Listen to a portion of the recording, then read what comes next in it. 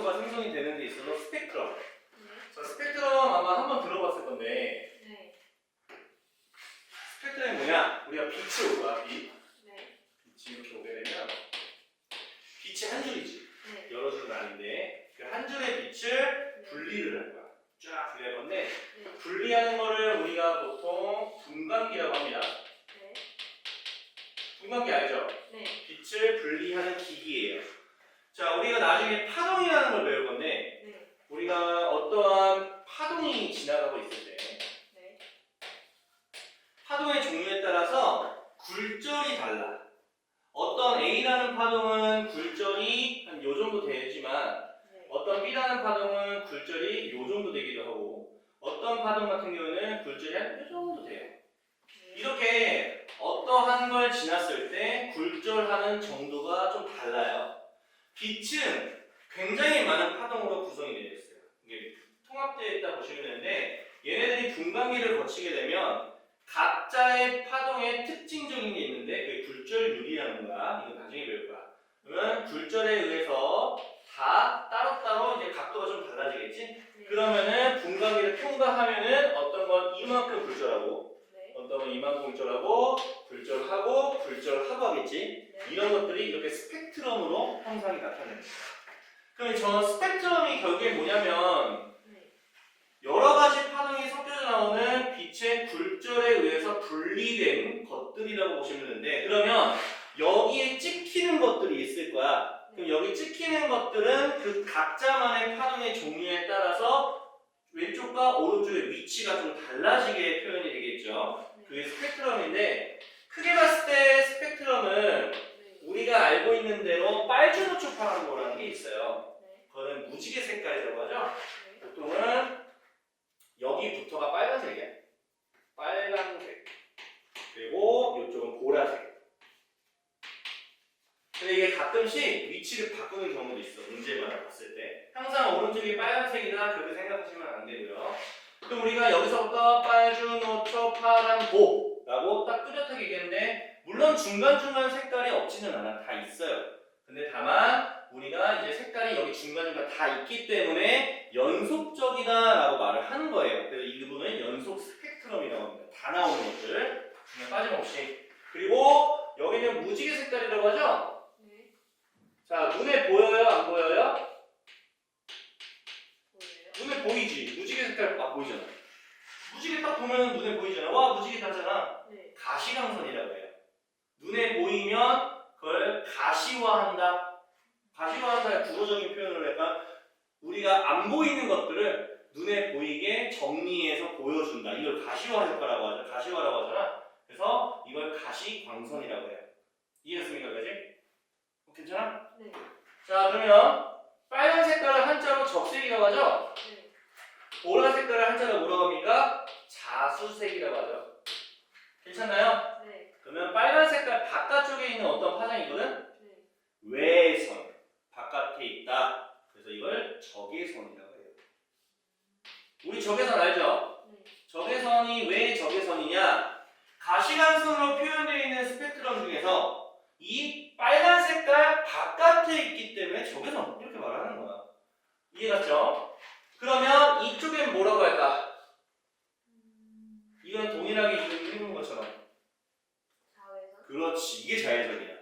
우리가 스펙트럼 했을 때 적어도 어떤 것들이 있는지 위치나 이렇게 표현을 좀 해줄 줄 알아야 돼요. 이게 자외선이에요. 괜찮나요? 네. 자, 그러면 물어볼게요. 적외선과 자외선 중에 누가 세, 에너지가? 자외선? 아, 왜 적외선이라고 생각하는지 모르겠네. 대부분 적외선은 빨간색이라고 아마 맞지? 아마 그것 때문에 빨리 세라고 할 거야. 근데 우리는 자외선을 피하죠. 화장이나 아니면 선크림 이런 거 자외선 피하려고 하는 거야. 그럼 적외선이 뭐가 있는지 좀 생각하면 돼. 리모컨. 아. 리모컨 누르면 빨간색 앞에 있지? 그게 적외선이야. 만약에 생각을 해봐. 적외선이 자외선처럼 에너지가 세고 좋지 않으면 리모컨이 있으면 되겠어? 안 되지. 사람한테 쓰면 위험한 건데. 근데 절대 안 되죠. 그래서 적외선이 에너지가 좀 약해요. 자외선 에너지 세요. 적외선에 대해서 대표적인 거 하나 또 있어. 그 한의원 가면 네. 등에다가 빨간 램프 갖다 대지. 물리치료할 때. 아, 그게 적외선이야. 얘 물리치료할 때도 많이 써. 적외선은. 그리고 애들 장난치는 거, 뭐 레이저 포인트 이런 것도 적외선이에요. 그만큼 실생활에 있는 색깔이 빨간 색깔의 이 적외선은 실생활에 있는 것 정도로 에너지가 그리 센 편은 아니라는 얘기야. 자외선 좀 센 편이에요. 쟤는 피하려고 하는 거잖아. 그러면 결국에는 왼쪽과 오른쪽을 봤을 때 에너지가 누가 센지를 알 수가 있는 거야. 자외선 좀 세니까 이렇게 이게 에너지에 대한 이야기가 됩니다. 에너지가 저렇게 됩니다. 스펙트럼의 오른쪽으로 갈수록 에너지가 좀 약합니다. 왼쪽으로 갈수록 좀 세요. 물론 이거는 방에너지 틀어버리면 이것도 오른쪽으로 외우면 안 되는 거지. 꼭 보셔야 돼요. 알겠죠? 네. 되게 보시고 좀 추가적으로 그럼 적외선도 에너지도 약하게 있을 거 아니니? 네. 이게 뭐냐면 마이크로파라고 해요.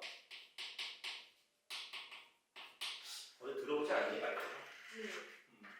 마이크로파는 전자레인지에서 나와요. 음. 그래서 전자레인지 이름이 뭐예요? 마이크로웨이브. 아. 그래서 그래요. 이것도 애들이 은근히 모르더라고. 마이크로웨이브라고 말하는 이유가 마이크로파를 가지고 음식을 익히기 때문에 그래요. 그러면 애들도 질문하죠. 선생님 뭐지? 적외선보다 이 마이크로파가 에너지가 약하잖아요.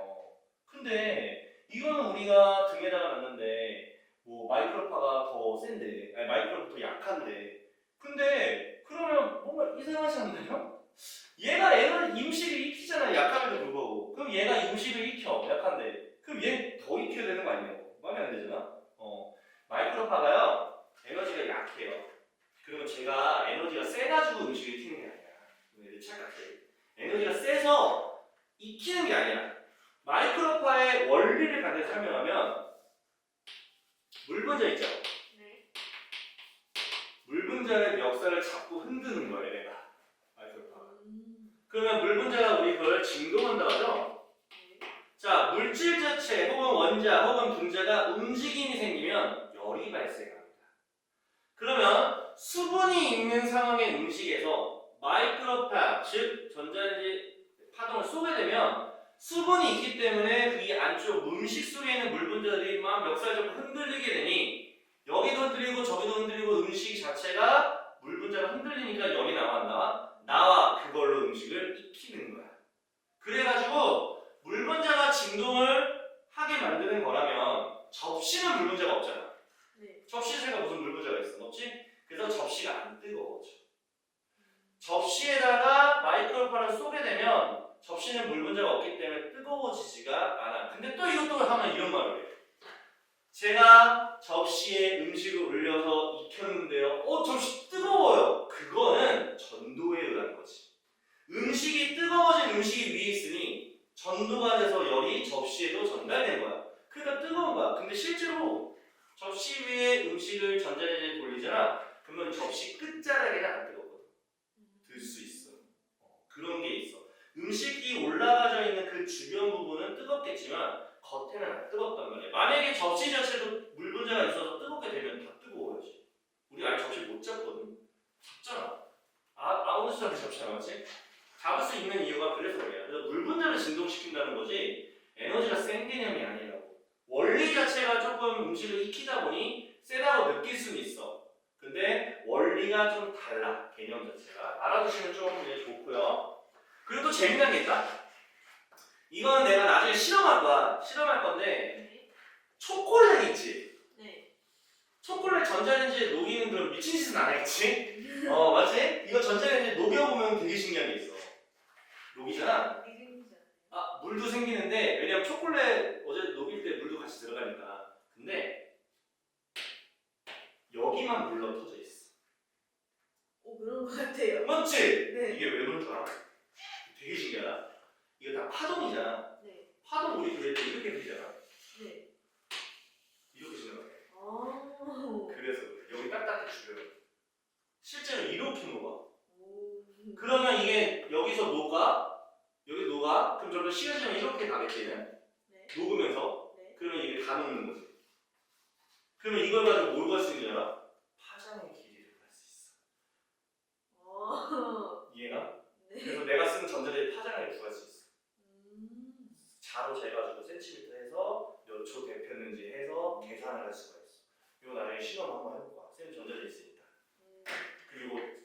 나와.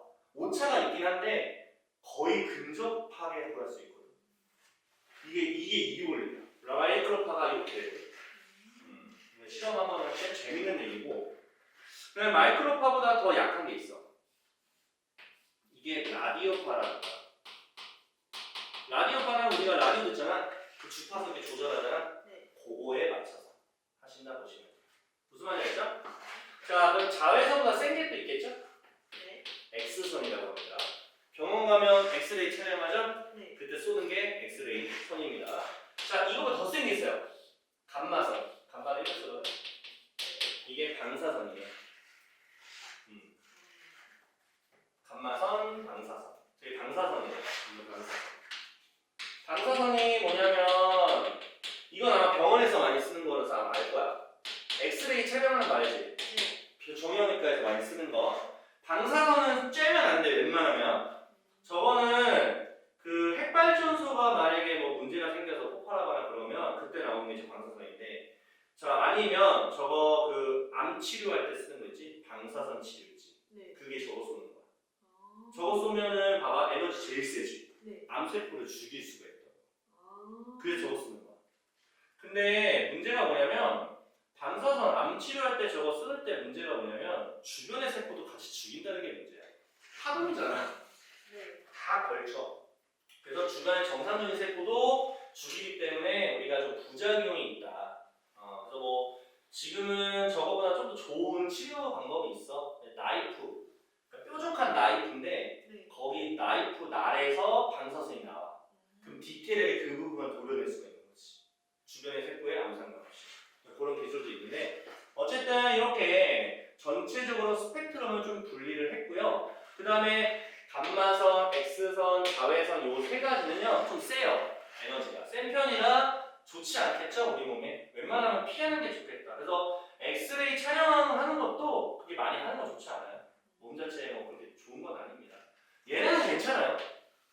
얘네는 괜찮습니다. 이건 좀 알아두세요. 이거 모르고 시작하는 애들 은근히 많아요. 고등학교 2학년들이 모르는 애들 있어요. 알려주신 거고요. 그 파장에 대해서 말씀드릴게요. 파장. 파장은 에너지가 반비례해요. 파장이 에너지가 반비례인 거를 우리가 좀 어떻게 좀 하면 좀 편하게 받아들이냐면, 자, 우리가 보통 파동에서 유명한 게 지진파거든요. 그리고 그 발라드 있죠, 발라드라고 좀 못하는구나. 약간 좀 조용한 음악, 편안한 음악. 자, 이거 그 윈도우 미디어 플레이어라고 있어. 네. 그 컴퓨터에 있는 그 프로그램인데 거기 돌리면 음악 틀잖아. 그럼 파동이 나오거든, 음악 파동. 아, 네. 지진파는 아마 이렇게 읽겠지. 네. 발라드는 이렇게 외우거든. 편하게. 네. 자, 그러면 얘 파장이 짧잖아. 네. 편하게 키워. 네. 자, 에너지 세지. 네. 에너지 약하지. 네. 반비례야. 파장이 짧은데 에너지 세잖아.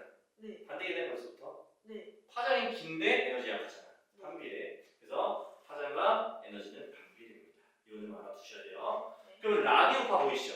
네. 라디오파는요 에너지가 제일 약하죠. 네. 라디오파는 엄청 길어. 그럼 생각해봐. 멀리 가겠지. 네. 그래서 라디오파가 멀리 갑니다. 주파수가. 아. 서울에서 라디오파를 쏘면 그 주파수를 인지에서 수신기에서 받아들일 때 적어도 물론 멀리 가긴 하지만 그렇다고 뭐 제주도에서 서울에서 쏘는 뭐 라디오파를 듣는 건 아니고 어느 정도 지역을 넘어가면 그때는 그 지역에서 파동을 쏘는 걸로 수신할 수 없어. 파스를 할 수밖에 없어. 그래서 서울에서 예를 들어 충청권 가면 충청도의 라디오로 바뀌어. 아. 서울 걸 못 들어. 그런 식으로 이제 중간중간에 바뀌거든. 그게 라디오파 얘네가 쏘는 주파수가 여기까지밖에 못 오는구나. 어쨌든 라디오파는 멀리 가기 때문에 파장이 길기 때문에 되게 강하다. 이해하세요? 네. 그러면 세면 셀수록 파장이 짧지? 네. 파장이 짧으면 이렇게 되지 않을까? 네. 두껍지? 네. 그래서 통과를 하는 거야. 두꺼워서. 두꺼워서 내 몸을 통과할 수 있다고. 어. 두껍잖아. 네. 두꺼우면 밀도가 센 거잖아. 그걸 뚫어버릴 수가 있다고 내 몸을. 아. 두꺼운 걸 다 뚫는다고. 이해갔어요? 네. 그래서 감마선이 내 몸을 뚫고 지나갈 수 있는 거야. 이쪽으로 갈수록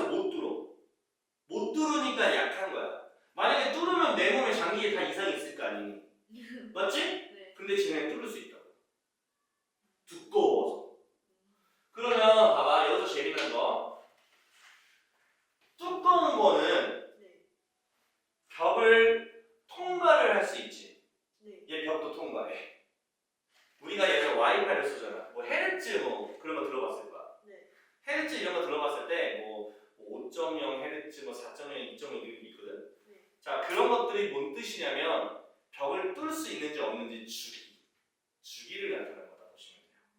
그러면 그 헤르츠의 원리를 알면 내가 집안에서 와이파이를 쐈을 때 몇 헤르츠가 내가 옆방까지 와이파이를 쓸 수 있을까? 이걸 계산할 수 있다고, 대략적으로.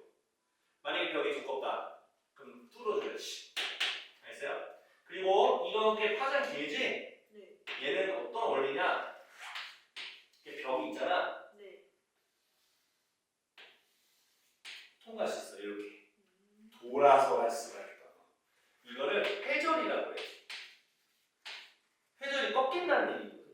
네. 나중에 돼요. 이렇게 파장이 길면 길수록 회절이 잘 돼요. 이렇게 잘 꺾여서 넘어갈 수가 있어요. 뱀처럼.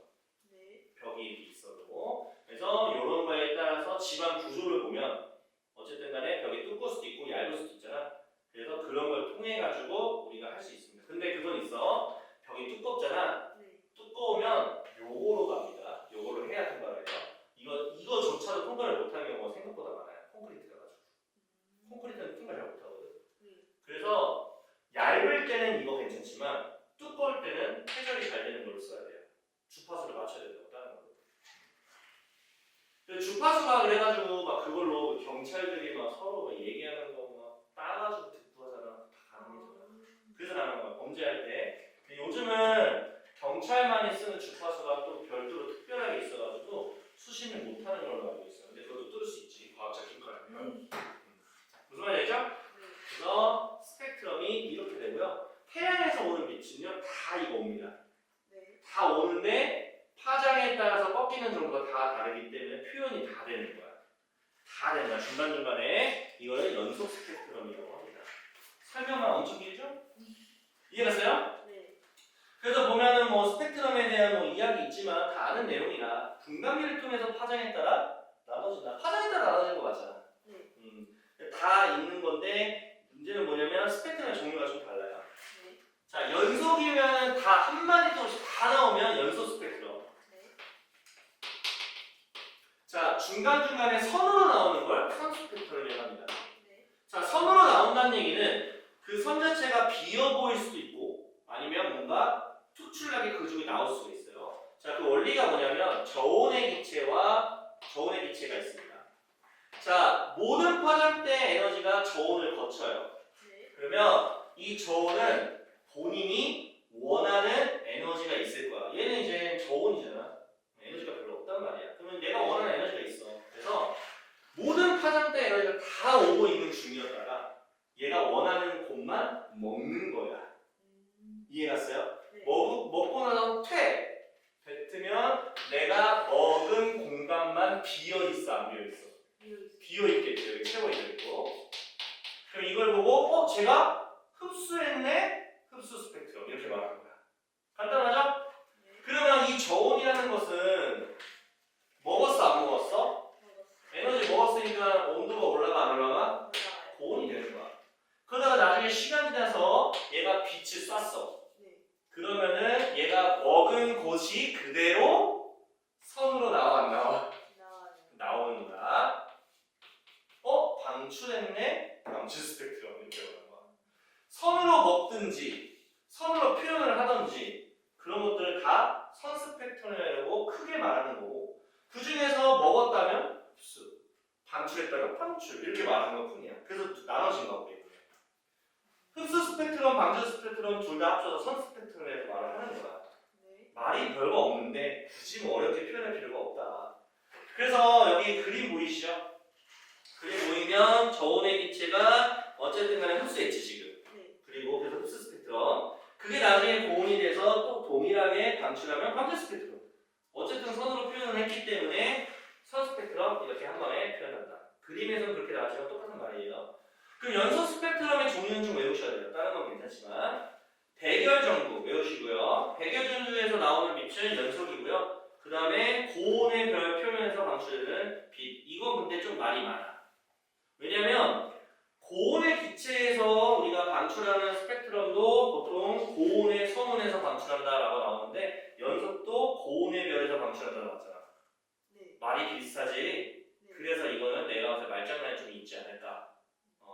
근데 여기서 말하는 고온보다는 그냥 햇빛이라고 해라고 생각하면 돼. 태양. 태양같이 좀 큰 놈이라고 보시면 돼요. 네. 그거 말고는 없어요. 딱히 없고요. 그러면 얘네가 색깔이 있잖아. 네. 파장에 따라 색깔이 있거든요. 에너지도 있겠고. 네. 그러면 우리가 보통 불꽃 반응색 알아볼라? 어, 기억나니? 중학교 2학년 때 불꽃 반응색. 한 거는 기억이 나요.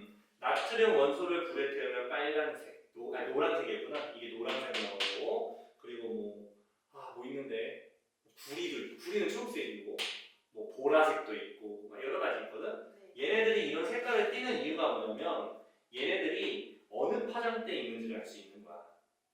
파장대마다 색깔이 다르니까. 보라색을 뿜어낼수록 강한 에너지라고 보시면 되는 거죠. 무슨 말인지 알겠나요? 네. 이런 개념이에요. 다 했어요. 이게 뭐 없어요. 설명할 게. 보이시죠? 수소랑 탄소 보이시죠? 네. 각자 원소마다 본인이 좋아하는 파장대가 있단 말이야. 네. 그래서 그것을 흡수 스펙트럼, 방출 스펙트럼 저런 모양을 나타내는 게 수소의 양상이고 탄소의 양상이다 보시면 되는 거예요. 알겠죠? 네. 그럼 이걸 통해 뭘 할 수 있느냐면 내가 보고 있는 별 자체가 어떤 원소로 구성되어 있는지 알 수가 있어. 스펙트럼으로 봤을 때 흡수 스펙트럼의 양상을 보게 되면 얘가 뭘 좋아하는지 알 수 있다. 탄소를 갖고 있는지, 수소를 갖고 있는지, 산소를 갖고 있는지 이런 걸 알 수 있다고.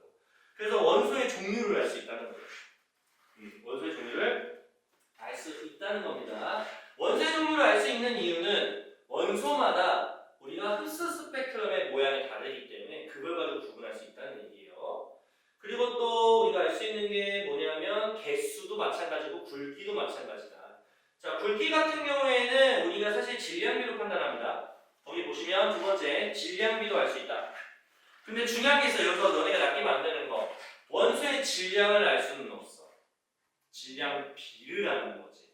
질량비는 어떻게 하냐면 굵기의 비율로 알 수 있다. 굵기가 굵으면 많이 있다는 거고 얇으면 적게 있다는 거지. 그 비율을 알 수 있다는 거지. 질량을 정확하게 알 수는 없다. 이거 하나만 기억했으면 좋겠다. 이해하시죠? 네. 자, 그러면 태양의 스펙트럼 같은 경우에는 지금 보이다시피 중간중간 비어있는 거 보이시죠? 네. 이게 왜 비어있냐면 태양 자체는 연소 스펙트럼이 맞기는 합니다. 근데 태양이 대기를 갖고 있죠? 네. 대기 안에도 수많은 원소가 있어 없어? 있어요. 있겠지. 그럼 지나가다가 이 대기들이 먹은 거야. 먹고 배출한 거지. 그게 호포선이라고 해요. 이거 호포선이라고 합니다. 호포선은 좀 푸른 호포선. 호포선 푸른까지 붙였구나. 푸른 호포선이라고 합니다. 태양의 대기가 먹고 배출한 방출 스펙트럼이라고 생각하시면 됩니다. 그럼 이걸 통해서 태양의 대기가 어떤 원소로 구성되어 있는지 알 수가 있겠죠. 괜찮습니까? 네. 네, 이런 얘기고요. 그러면 밑에 스펙트럼에 비교를 하는 게 있습니다. 맨 처음에는 백열전구처럼 연소 스펙트럼, 그거는 대조군 같은 느낌, 시험이고요. 자, 수소, 헬륨, 나트륨, 칼슘 같이 이렇게 원소들의 방출 스펙트럼을 이미 과학자가 다 밝혔어. 그러니까 모양이 다 주어진 거야. 그럼 이때 A라는 별이 어떤 원소들이 구성이 되어 있는지 흡수 스펙트럼을 보여준 거예요. 그러면 매칭을 한번 해보는 거야. 그럼 얘가 어떤 원소를 갖고 있는지 볼 수 있어요.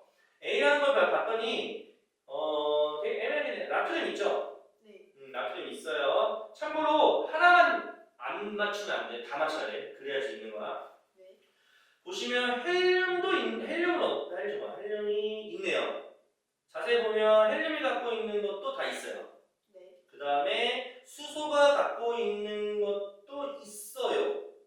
그럼 별 A는 수소, 헬륨, 나트륨, 나트륨 이렇게 한 세 가지 정도로 구성이 되어 있다 보시면 되겠죠. B 같은 경우도 자세히 보면 수소와 칼슘과 매칭되거든요. 그래서 B라는 별의 대기는 수소와 칼슘으로 이루어져 있구나 이런 걸 알 수 있는 거예요. 무슨 말인지 알겠죠? 네. 좋습니다. 자, 우주의 원소 분포를 보겠습니다. 이거는 외우셔야 돼요. 어쩔 수 없어요. 우주를 구성하는 원소는요, 크게 수소와 헬륨으로 구성하고 있습니다. 이 중에 수소가 제일 많아요. 몇 프로인지는 외우지 않아도 될 거예요. 가끔 나오는 학교도 있는데 이거는 뭐 그렇게 중요하지 않고요. 그래서 숫자는 수헬이라고 해서 수헬. 그리고 딴 거는 없어요. 이거는 구성 안 하고 있는 거? 아 이거 일단 왜요? 이게 지금 순서가 좀 바뀌었거든. 네. 수소하고 헬륨의 질량비 외우세요.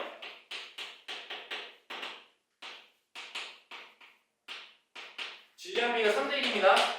이거는 외우세요. 지금은 외우세요. 나중에 알려줄 거야. 알겠지? 나중에 이게 왜 그런지 알려드리겠습니다. 자, 한번 문제 풀어볼까요?